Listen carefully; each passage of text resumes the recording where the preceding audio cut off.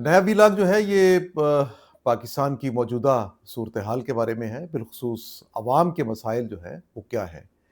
لیکن اس دوران آپ نے دیکھا اور ہم سب نے دیکھا کہ ایک پنکی ڈرامہ پاکستان میں بہت زور و شور سے اس کی دھوم مچی، اور پنکی اسمگلر، پنکی منشیات فروش، پنکی ڈرگ اسمگلر، بہت بڑے بڑے بڑے نام، اور پنکی کرمنل، اور یوں لگا جیسے پاکستان میں جو سب سے بڑی مجرم ہے اس کو پکڑ لیا گیا، اس کو ہتھ کڑی لگائے بغیر عدالت میں پیش کیا گیا تو اس پر بہت واویلا ہوا۔ یہ کہا گیا کہ اسے ہتھ کڑی کیوں نہیں لگائی گئی، حالانکہ وہ مجرم نہیں، ملزمہ ہے، اور ہو سکتا ہے کہ مجرم بھی ہو، اور ایک ملزمہ کو ضروری نہیں کہ عدالت میں ہتھ کڑی لگا کر پیش کیا جائے۔ ایک عورت کے لیے تھوڑا سا قانون میں یہ استثناء ضرور ہے۔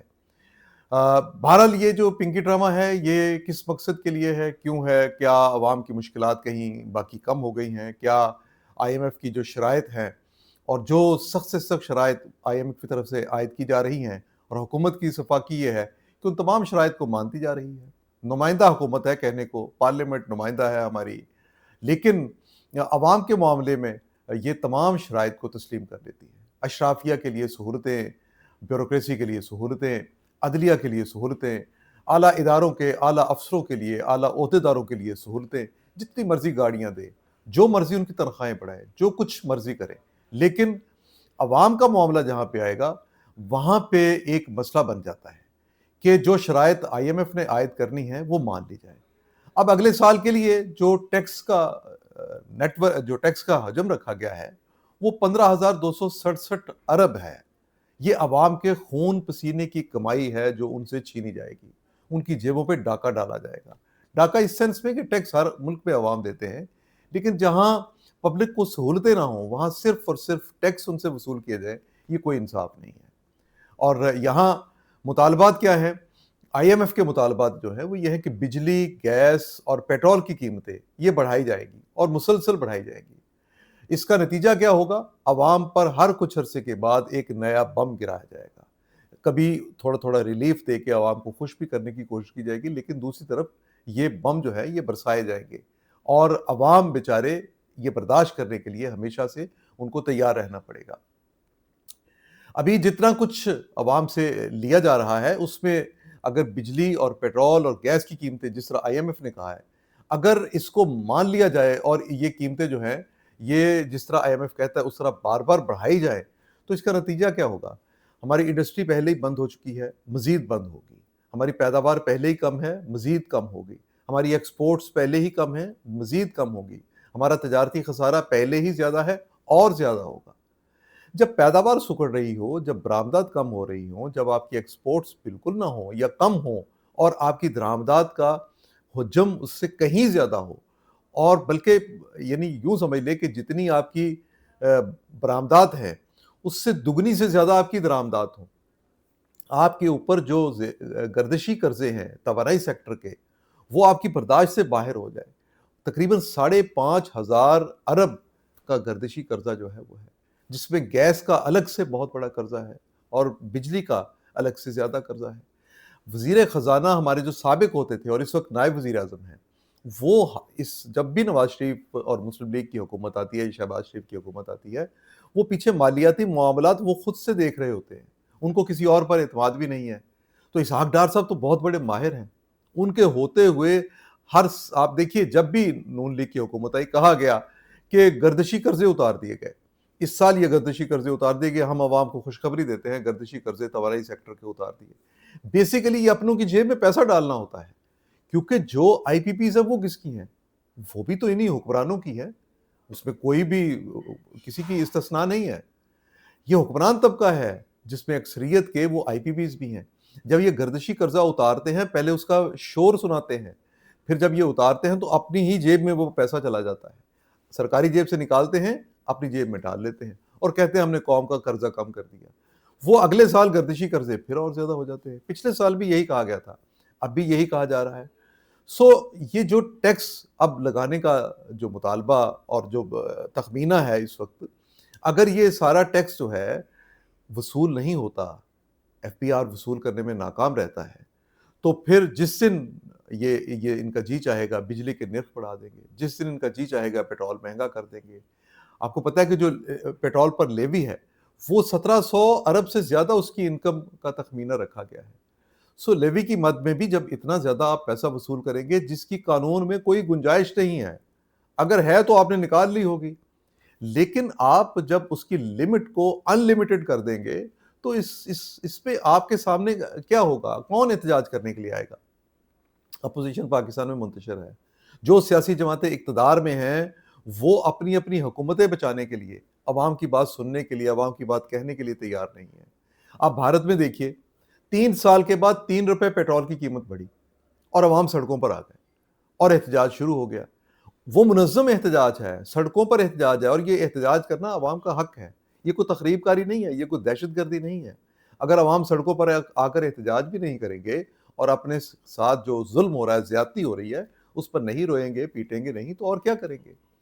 جو بھارت میں پیٹرول کی قیمت ہے، یہ پاکستان میں یہ کہا جاتا ہے کہ بھارت میں پیٹرول کی قیمت جی سارے ملکوں میں بڑھائے گی، بھارت میں بھی بڑھائے گی. بھارت میں 3 روپے قیمت بڑھی ہے. تو 3 روپے قیمت بڑھنے کے بعد بھی اگر پاکستانی روپے میں اس کا حساب کرے تو تقریباً 125 روپیہ پیٹرول جو ہے وہ پاکستان میں مہنگا ہے. دوسرے ممالک کی تو مثال ہی چھوڑے، لیکن بھارت میں اگر یہ پیٹرول 125 روپیہ جو ہے بھارت میں سستا ہے، اس کے باوجود، قیمت میں اضافے کے باوجود، تو اس کے ساتھ یہ بھی دیکھیے کہ بھارت میں فی کس سالانہ انکم کتنی ہے، وہ پاکستان سے کہیں بہتر ہے. ہمارے لوگ غریب بھی ہیں، بے روزگار بھی ہیں، ہمارے یہاں پہ لوگوں کی انکم بھی تھوڑی ہے، لیکن اس کے باوجود پیٹرول کی قیمتیں جو ہے وہ بڑھا دی جاتی ہیں. اب تقریباً ایک دن میں 5 روپے قیمت کم کر کے، 6 روپے قیمت کم کر کے، مٹی کا تیل 7 روپے سستا کر کے تو بڑا عوام پر احسان کیا جا رہا ہے. لیکن یہ کوئی احسان نہیں ہے، کیونکہ یہ جسٹ صرف اس وقت ایک وقتی طور پر عوام کا غصہ ٹھنڈا کرنے کی کوشش ہے. جو عالمی مارکیٹ میں قیمتیں ہیں اس کے مطابق بھی پاکستان میں یہ قیمتیں بڑھنی نہیں چاہیے تھیں. جو کچھ یہاں پہ ظلم کیا گیا ہے، جو زیادتی کی گئی ہے، جو سفاکی کا مظاہرہ کیا جا رہا ہے، یہ عوام بیچارے تو صرف بات کرنے کے لیے باہر نہیں نکل رہے، عوام احتجاج نہیں کر رہے. جس اپوزیشن پارٹی کے ذریعے احتجاج ہو سکتا تھا اسے اپنی قیادت کو چھڑوانے کی فکر ہے، اس کی قیادت جیلوں میں بند ہے. اور جو دوسری 2 پارٹیاں بڑی پارٹیاں ہیں، وہ دونوں پارٹیاں خاموشی سے، بالکل کسی کی سندھ میں حکومت ہے، کسی کی پنجاب میں حکومت ہے، یہ لوگ بیٹھے ہوئے مزے لے رہے ہیں.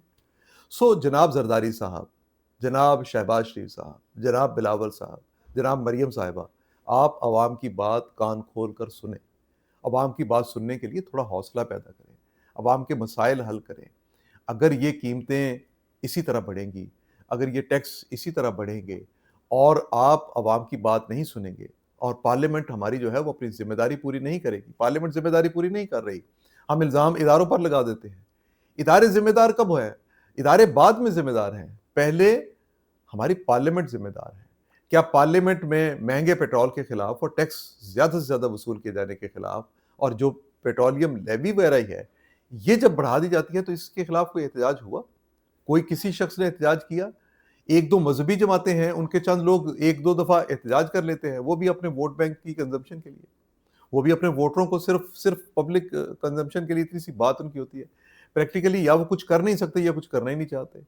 سو ایک ایسی پارلیمنٹ جہاں پہ عوام کے نمائندے بیٹھے ہیں لیکن نمائندگی کا حق ادا نہ کر رہے ہوں، تو میرا اپنا خیال ہے کہ اس پارلیمنٹ کا، اب میں یہ تو نہیں کہتا کہ اس کا فائدہ کوئی نہیں ہے، کیونکہ ہم تو پارلیمانی نظام کے حامی ہیں. پارلیمانی نظام بھی رہنا چاہیے، پارلیمنٹ بھی رہنی چاہیے، لیکن اس کو اپنا فعال کردار تو ادا کرنا چاہیے. یہ جو آپ یہ کبھی بجٹ جب جیسے ہی سر پہ آتا ہے یا کوئی بڑا واقعہ ہونے لگتا ہے تو آپ یہ پنکی سمگلر کا ڈرامہ جو شروع کر دیتے ہیں، تو اس کا مطلب میڈیا میں آپ نے ساری سپیس تو دے دی پنکی کے ڈرامے کو. اس کا ایشو تو کوئی نہ کوئی گھریلو نکلے گا، اور نکلا بھی ہے کہ اس نے عدالت میں بتا دیا کہ اس کا ایشو یہ ہے، کہ اس نے عدالت میں نہیں بلکہ لوگوں کے سامنے بتایا کہ اس کے طلاق کا معاملہ ہے، کہ اس کے خاوند نے اس کو طلاق دی اور بعد میں اس نے اس پہ کیس کروا دیا. اس معاملے کو اس طرح سے بھی تو دیکھیں، اور وہ سمگلر بھی ہوگی، یقینی طور پر ہوگی، جو کچھ اس نے نیٹ ورک بنایا اس کو سزا دیں، اس کو پکڑیں. لیکن یہ آپ صرف عوام کی آنکھوں میں دھول جھونکنے کی کوشش نہ کریں، عوام کو بیوقوف بنانے کی کوشش نہ کریں. عوام کو اگر آپ مسلسل اس طرح تنگ کرتے رہیں گے تو عوام یقینی طور پہ ایک وقت آئے گا کہ وہ حکمرانوں کا گریبان پکڑیں گے، اور اس سے کوئی کسی کو نہیں روک سکتا. دنیا بھر میں تحریکیں چلتی ہیں. کبھی چینی، آپ کو یاد ہے کہ ایوب خان کے خلاف تحریک کیوں چلی تھی؟ چینی مہنگی ہونے پر، اور جو چینی کی قیمت میں اضافہ تھا معمولی اضافہ تھا. اس چینی مہنگی ہونے پر ایک تحریک شروع ہوئی، احتجاج شروع ہوا، جو عوامی تحریک میں بدل گیا۔ تو ہمارے حکمرانوں کے پاس تو عوام سے رابطہ، عوام کے ساتھ ان کا رابطہ بھی ہے حکمرانوں کا، وہ کیوں اس رابطے کو محسوس نہیں کرتے؟ وہ عوام تک اپنی ایکسیس کیوں نہیں بڑھاتے؟ وہ عوام کے مسائل کو کیوں نہیں حل کر رہے، کیوں حل نہیں کرتے؟ دیکھیے، آپ یہ جب بجٹ آنے لگتا ہے تو اس طرح جب آپ کسی نان ایشو کو ایشو بناتے ہیں تو پھر یہ بھی آپ کی کریڈیبلٹی کو ختم کرتا ہے، اس کو متاثر نہیں، ختم کر دیتا ہے۔ سو عوام کی بات سنیں، عوام کی بات سمجھیں اور عوام کے مسائل کو حل کرنے کی کوشش کریں۔ آج کی ویلاگ کے لیے اتنا ہی، باقی اگلے پروگرام میں۔ شکریہ۔